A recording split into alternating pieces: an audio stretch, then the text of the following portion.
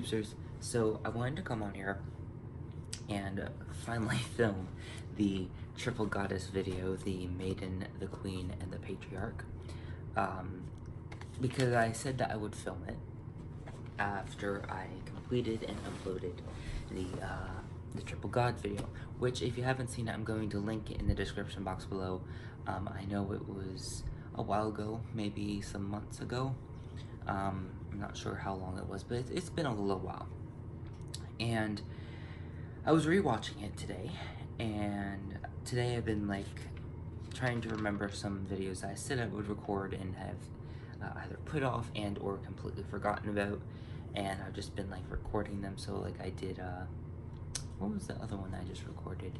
Oh, my sand magic video. And I'm gonna be uploading probably by like tomorrow and maybe even the day after. I'm going to get these videos ready to upload and processed and all that good stuff, so that way y'all can see them. Once I get them all uploaded, I do want to say I might take a sabbatical. I think what I'm deciding to do is, and I mentioned this actually in my sand magic video, but I'll mention it one more time briefly, is that I'm considering with these sabbaticals that I take, recording a shit ton of videos and then having them scheduled to record, to upload, and kind of do it kind of like how Freya Norling is and how Noah Tempestari is, where it's like seasons. That way, kind of like, I don't know, maybe I can do better planning. I don't know how well it's gonna work because I'm a Gemini ascendant. Well, I think I might be, depending on how my zodiac chart has changed, but that's a different topic for a different day. Anyway, that's just an idea. We'll see how well it pans out. But anyway, here is the video. So there's gonna be a lot of similarities, and I don't remember if I said this or not, but whilst watching the Triple God video, I did get a possible 6th stage, which would occur after death, so it could be kind of tricky whether or not you want to incorporate it or not. But because I did 5, or I talked about the 5 possible stages of the divine masculine, I thought I would do that in here, and since I had that, I just throw it in there, and I'll bounce back and forth with that 6th stage with the divine masculine and divine feminine. There will be some things, like I said, that are repeated, but I did write notes this time, so it should be a little more fluid and maybe not as long. Oh, I forgot to grab water. Oh well. Anyway, so the typical stages, I guess, of the triple goddess would be 3 stages of Maiden, Mother, Crone. Now, for quite some time now, all 3 stages technically, but especially the Mother and Crone ones have gotten flack. A lot of, and it might be from more feminist people, correct me if I'm wrong, I'm not entirely sure, but that's where it seems like it's coming from. Anyway, so it says like they'll give flack about the Maiden as being like some damsel in distress that's a weakling and disrespects how, you know, women empowerment. And I think, well, I'll pause that thought for a minute. And then motherhood is like a disrespect also to women, because all it showcases is a baby making machine and how we're supposed to stay home and take care of a child, and that's all we can do, but women can do so much more.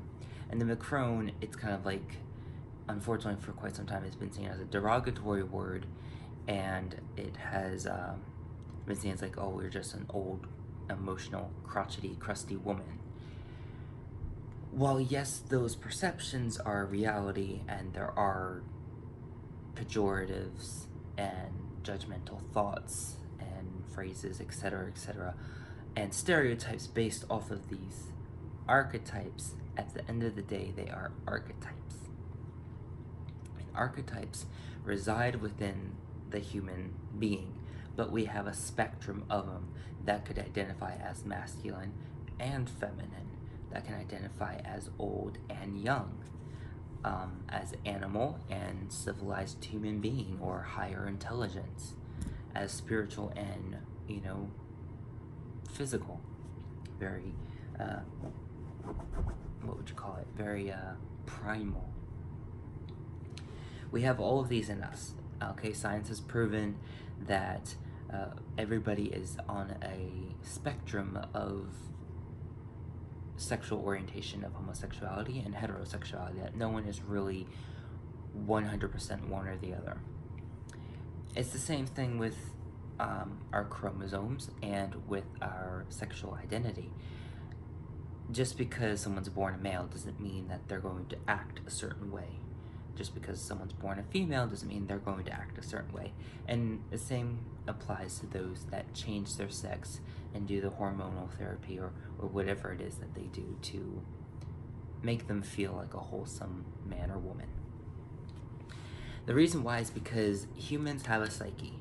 Humans are spiritual beings in a physical form. So yes, we have the limitations of the physical realm, but we are a spiritual being and we are heavily intertwined, and we have all these diverse expressions. This is kind of why there can be tomboys, and there's I think ladyboy might actually be a pejorative, but you know what I mean, these effeminate men, let's put it that way. It just, that's why there's metrosexuals, the guys that care about beauty and appearance, but they can still even be, identify as heterosexual and still love women, and that what women have to bring in their relationship with them, but they love something that's supposedly feminine only. Only females are supposed to care about looking good and pretty and all that stuff. And that's just not the case. So I wanted to address that. However, since there has been backlash, there has been repeated changes in what these terms have been called. Some have replaced mother with queen and crone with matriarch.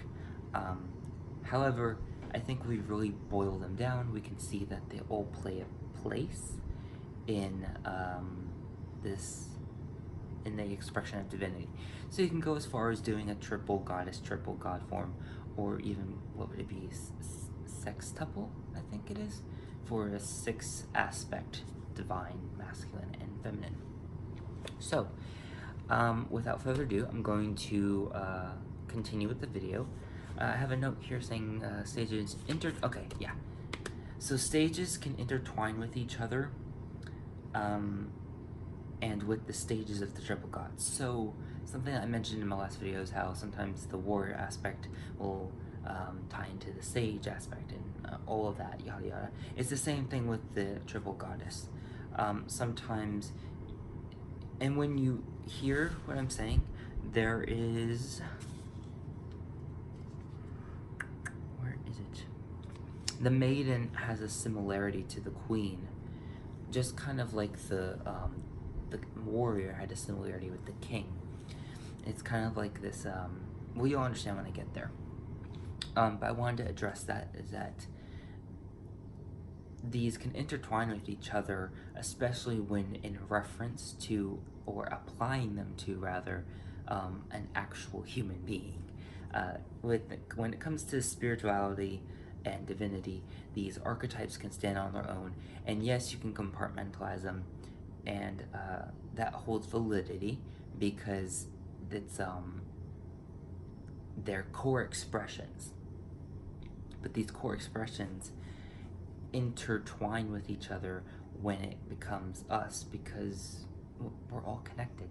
So maybe try and not take things so personally and see what happens from there. Okay, and something that I also said in the last video was that these, even though that's triple goddess and they're female dominant and female prominent, sorry about that, I had to go turn on the light again. So even though these are female dominant and female prominent because of the expression in which they are shared in, that doesn't mean, that a male can't access the maiden archetype or even the mother archetype.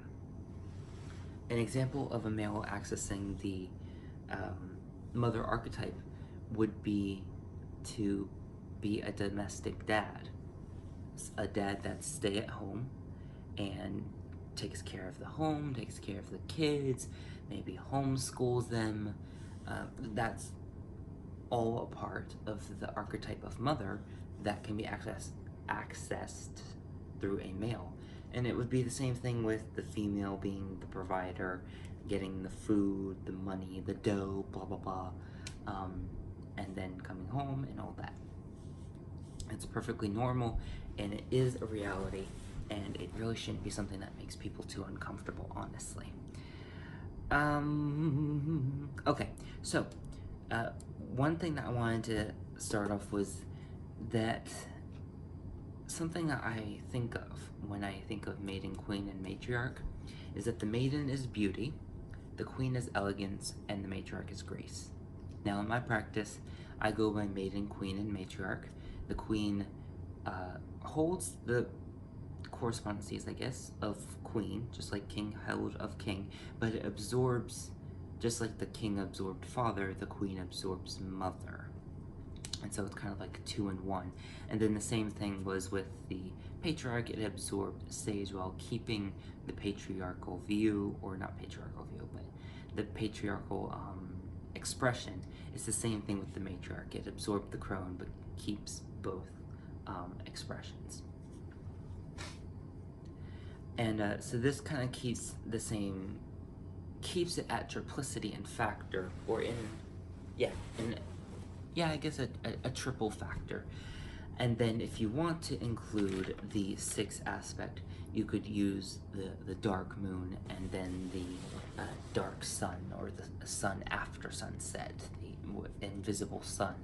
Dark moon could be seen as, since it's a black sky and the moon is not illuminated, that the moon is invisible, so both can be seen.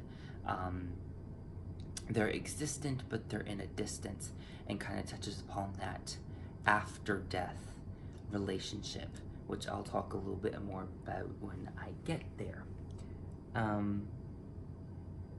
Okay, so we'll start off with Maiden. Oh wait, no, I want to finish those 3 things. So the beauty of the Maiden is kind of more in reference to the youth, not necessarily like makeup and fashion and all that. Yes, that's kind of what it has been today, but the basics and the fundamentals of beauty come from that youthfulness. That's really where this beauty, this idea, and this in awe comes from. It's the fact that this young person is creating chromosomes and chemicals that are keeping the face elastic and youthful and glowing and hydrated, and it's all from that, what's the word I'm looking for? Because basically the body's not decomposing. I guess there's just no pleasant way to put it. But basically, the moment you're born, you are on this downward spiral of dying.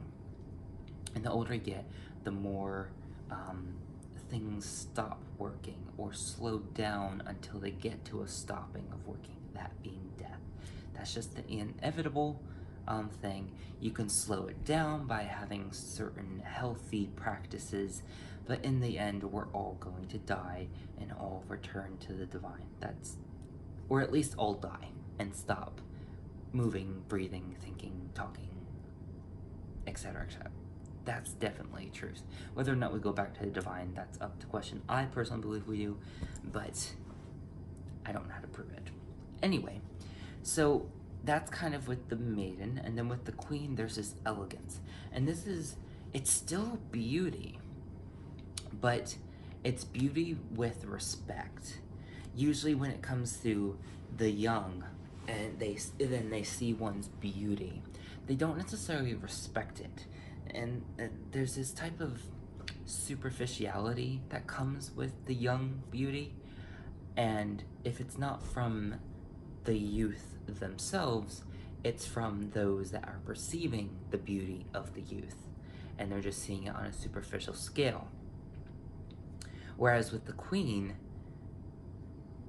they're not as beautiful because they've matured through life mentally and physically, you know, where and I'm not saying that as soon as you like get at a certain age you're ugly. That's not what I'm saying. But you know what I'm saying is that it's like, oh wow, you're respected. You get this newfound respect that grows as you get older. And you have this elegance, which is different from grace, especially when you understand what I mean by grace. Um, but this elegance is like, it's like how you carry yourself. You have this, like, you still have a glimpse of the daintiness of the maiden. Again, we're speaking archetypically. If you're a tomboy, you probably don't have the daintiness. Human beings have interwoven components of masculine and feminine expression, so archetypes not be a completely true expression of yours, just a partial one. So just keep that in mind. But you have this glimpse of this young, carefree maiden, but that's gone through life and understands things more and carries yourself with a sense of diplomacy. And so there's that comes into play. And then when it comes to the matriarch, there's this grace. This, it's almost like Helen Mirren. Think of that, especially when she played the queen. Um, what was it, Queen Anne, I think, or was it Queen Elizabeth? I can't remember which one, but think of Helen Mirren when you think of matriarch. She just has this grace. It's like this assertion, this gentle, quiet assertion, but it's very commanding and it takes immediate effect, and it just puts you in awe, and you can't help but respect them. Like, you can't disrespect the matriarch. Like, it's not even an option. Like, it doesn't even necessarily come to mind, because you're just like, oh my gosh, this person has so much wisdom, this person has lived so much, this person understands so much, this person in a sense is, self-actualized. And is that what I was trying to say? Yeah, they're self-actualized, and they know themselves. They know what they want, and they're not afraid to say that. There's this whole new level of carefree expression where it's like, you will hear the truth, and I don't give half a shit or a quarter of a shit if you like it or not. And they just have this eloquent way of cursing your ass out. And they don't yell, they don't scream, there's no rude tonality. They just say curse words, but in a very respectful and diplomatic way. And they're not condescending. They don't smile at you when they say it. It's just very matter of fact, cool, calm, and collected, but tough love. And it's amazing. So that's kind of the initiatory dipping your toe portion of this. Now, when it comes to the maiden in a more deeper sense, there's this receptivity, the allowing of one to step in and help. And I guess this is kind of what the whole damsel in distress maiden is supposed to be. It's like, do you allow people to step in? Or are you warrior 24/7? It's good to be a warrior, but I feel like the god and goddess were always supposed to be about expressing balance and duality and this give and take type of dichotomy in life. And too many times people are like, well, in reality, this woman is a very hardworking woman. She doesn't need no man. It's like, great, that's phenomenal. You are tapping into the masculine archetypes. But that doesn't mean that you can't also tap into feminine archetypes, and it doesn't mean that because you're born a woman that you're only allowed to express the female archetypes, vice versa with the male. And that's what the whole triple god video and this triple goddess video are supposed to be addressing, is to not be so quick to fight this type of expression, because they're just archetypes. They're not end-all be-alls. They're not brandings for you and like the 10 commandments written in stone, and if you don't live by them, you're gonna be stoned to death. That's not what they're supposed to be. They're supposed to be things to help you better understand yourself and those around you, and realize, okay, there's a shift in this expression, and we're divine beings, and with this shifted expression, I'm tapping into the divine masculine now, or I'm tapping into the divine feminine now, and now there's this relatability factor that you didn't know existed, because the divine is seen as separate more times than not, when really it's not. So that's what these are for, is to show us that we have divinity within us. Anyway, moving on, it also touches upon the innocence. Now, when you are seeing the maiden in this state of youthful beauty and or the beauty in accordance to natural beauty from the youth and lack of stress, this carefree life, receptivity, allowing one to step in and help you when you need it, and this innocence of purity of mind. When you see that that's what the archetype of the maiden is, and not this discriminatory stereotype, excuse me, you see when and where this plays into life. Now, by no means are these age brackets end-all be-alls, but more times than not, you're going to see these archetypes play in these age brackets. And for the maiden, you'll see them from birth, or 0, to about the 20s. And this is kind of like you're learning how to navigate in this world, so you're receiving knowledge and wisdom from others. You're innocent. You have this pure mind, especially in the first, maybe 10 years of life. You just, like, things are just simple. It's like, well, why would you hurt somebody? You know, it almost like an enchanted, what was her name? Giselle, I think. Almost like that kind of mind. And, you know, she tapped into the mother archetype by the end of the video, if you noticed. So, and then the beauty, this, like, no crow's feet or laugh lines or frown lines or forehead wrinkles because of, you know, the stressors of life. You just, and because you have all these healthy chemical releases and chromosomes and genes and all that still pumping and being reproduced, your skin's all vibrant and healthy, and your hair is lustrous and all that great stuff, and that is just making you look radiant and beautiful. With the mother archetype, this is usually from 20s to 40s, give or take, when you have a child, if you're wanting to specifically apply this into your life. Now, one of the reasons why a lot of people don't like this is because they think that you're just a baby-making machine. However, fertility is a very big part of the motherhood archetype. It's specifically fertility of the womb. You have this unique gift, or this unique ability, rather, to create life, and it festers in your own body, and then you share it with the whole world. It's a very magical thing.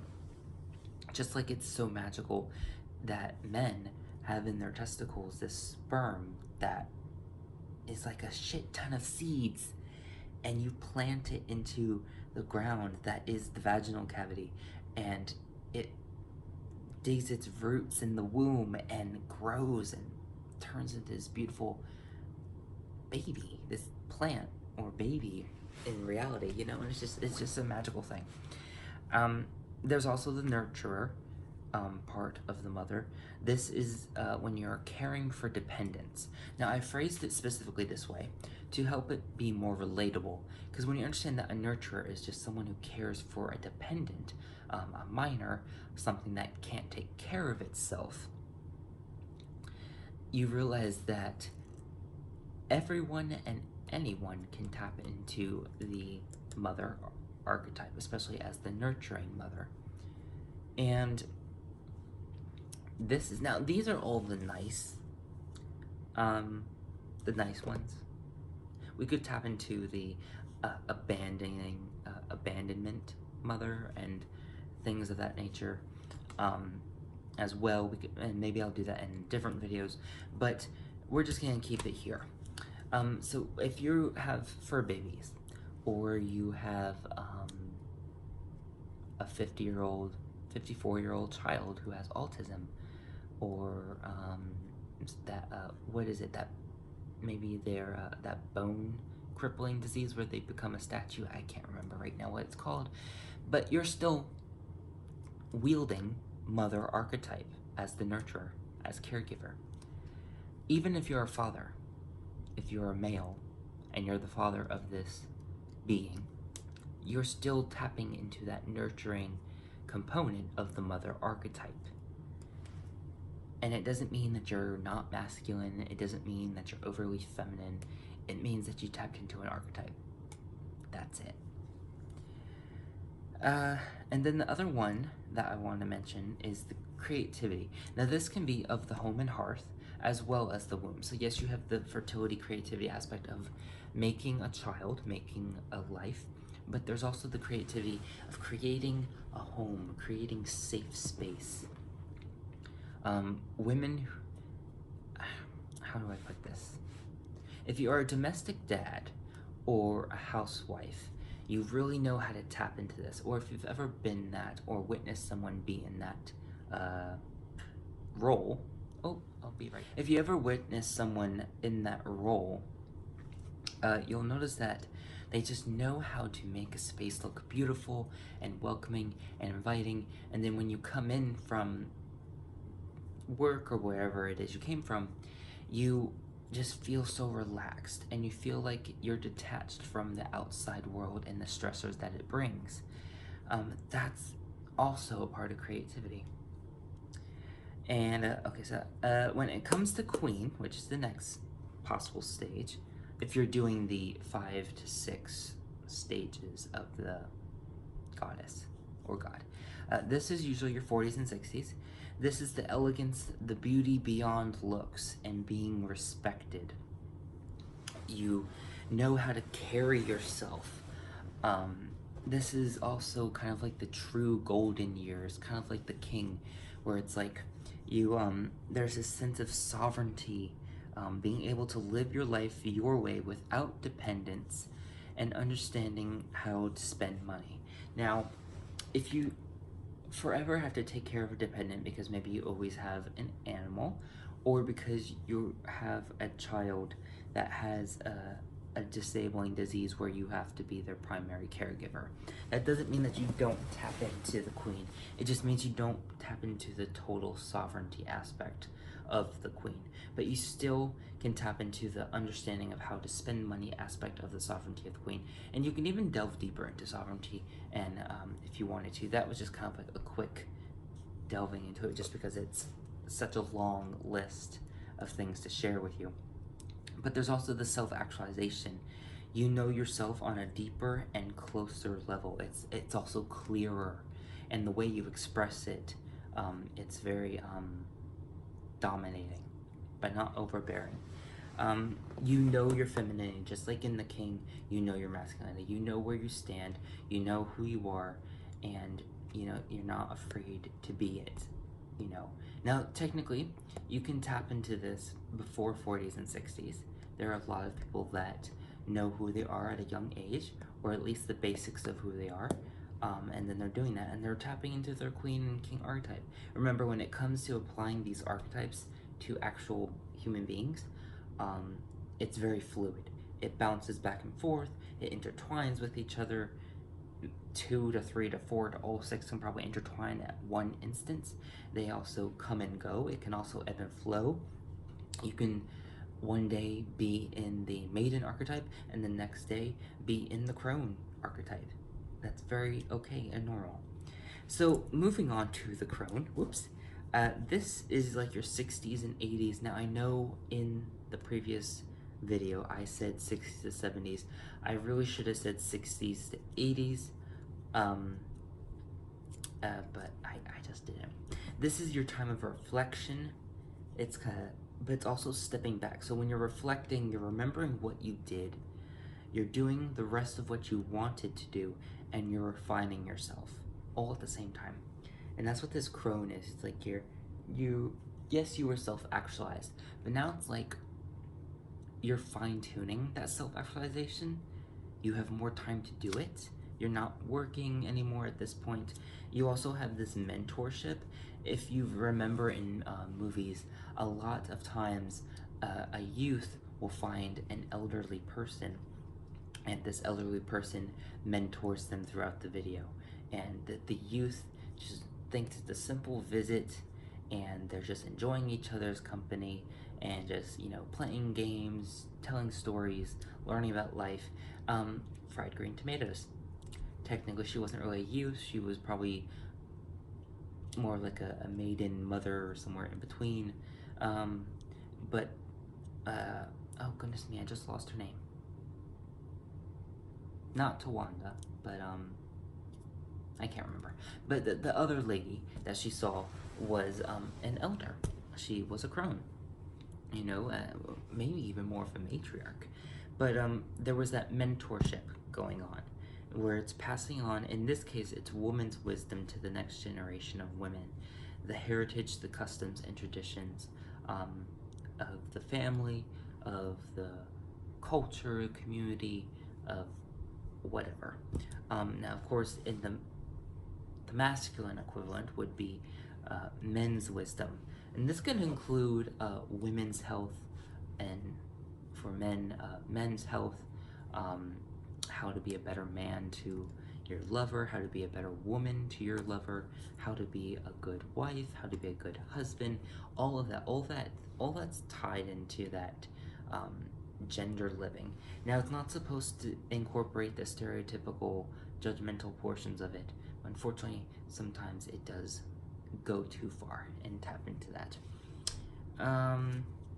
What is next? Okay, so the last for the crone would be the stepping back.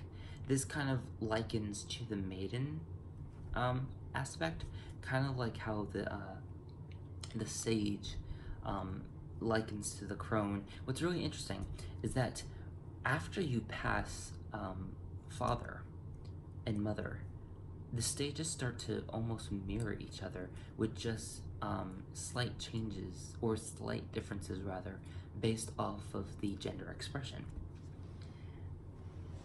And so there's a stepping back that's happening and allowing the next generation to step up and take responsibility, allowing the warriors, fathers, and maidens and mothers and queens and kings, all those archetypes, to step forward and to start taking care of the family, you know, and not have to be in charge and hover anymore. You get to, in a healthy way, and in accordance to physicality, you would step back and see this happening, and it would give you a sense of peace, which would help you when you pass on, because you're like, you know, they're going to be okay because they're stepping up. The family's moving forward. The customs haven't been lost. Even though there's changes, the core is still there. Now we go into matriarch. This is your 80s until your death.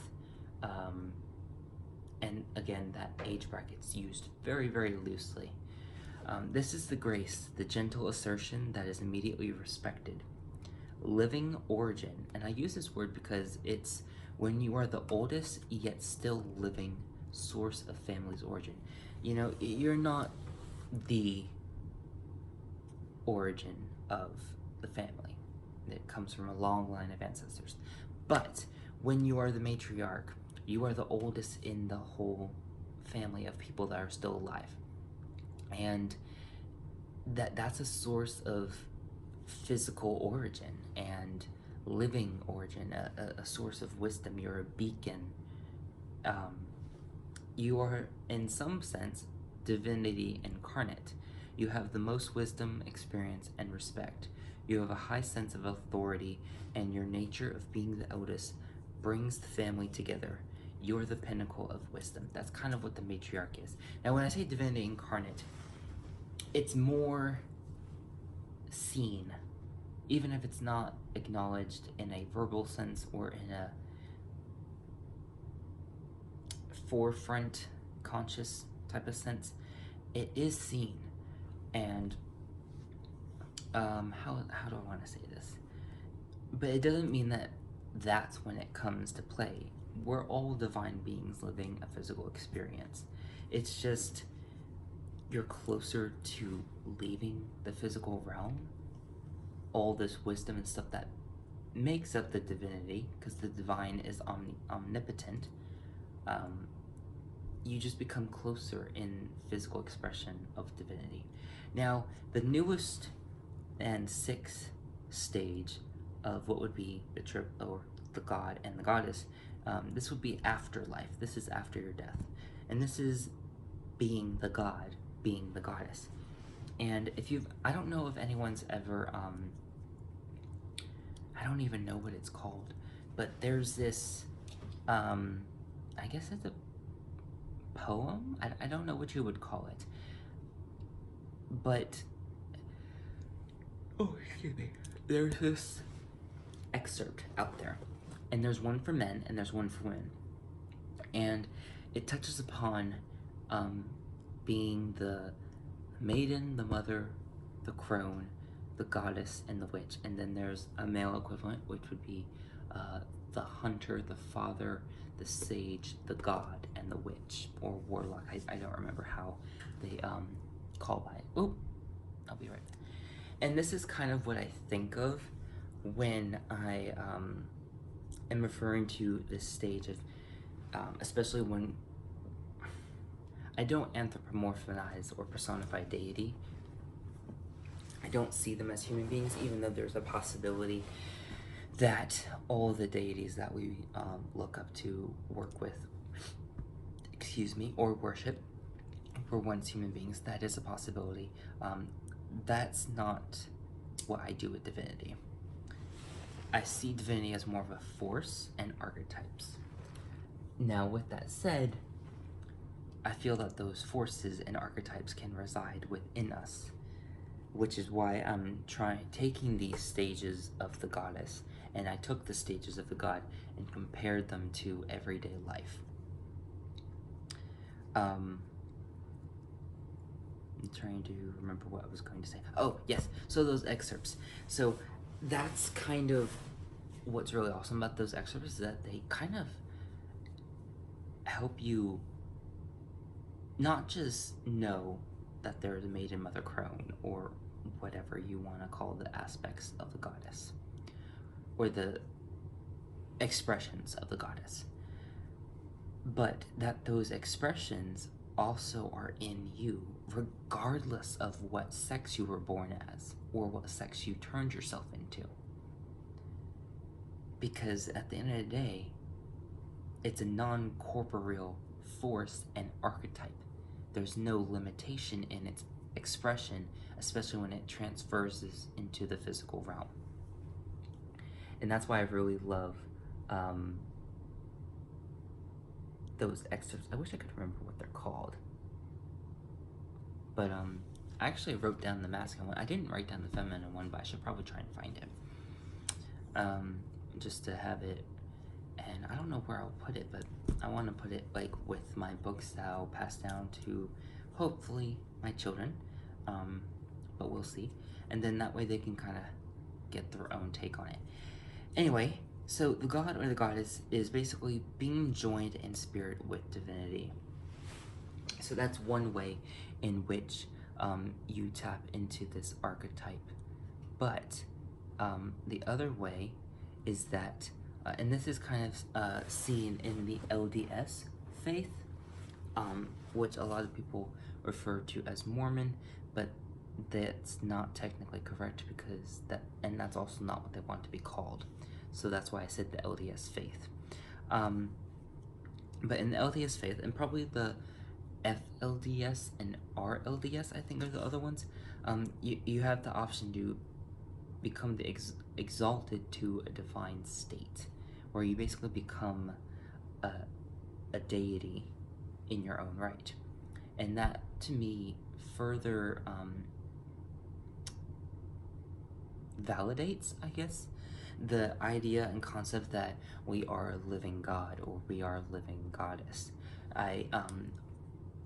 If you follow me on Instagram, not so much recently, but before, I'll share some photos of people or comment share some photos on my story, comment on others, and say something along the lines of a godling.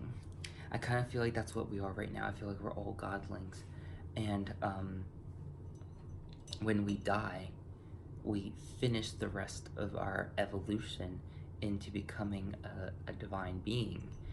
And one of the things I did agree with the LDS faith was being exalted into a divine being.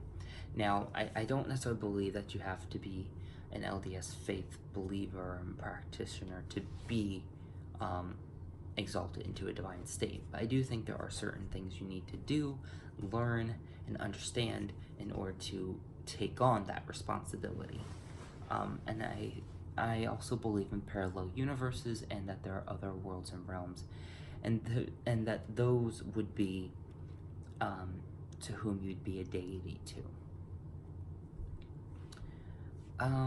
Whereas on this realm, you would be more of like a spirit guide because your human form was recognized and brings the limitation, whereas on this other realm, you just have this complete divine presence.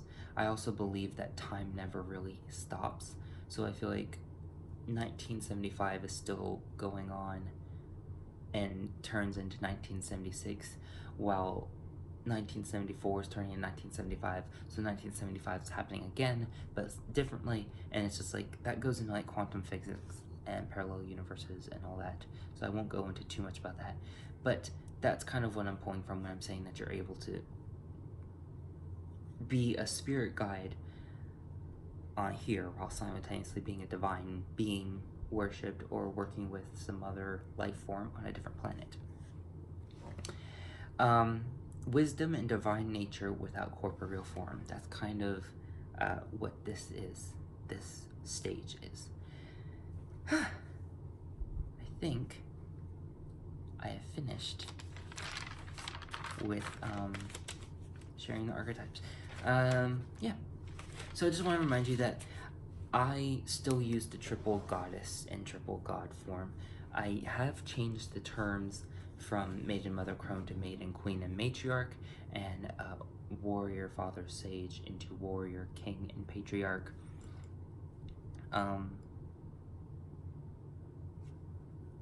Just because I kind of feel like the Matriarch could probably encapsulate Crone, Matriarch, and Goddess, and Patriarch would do the same in the masculine form, because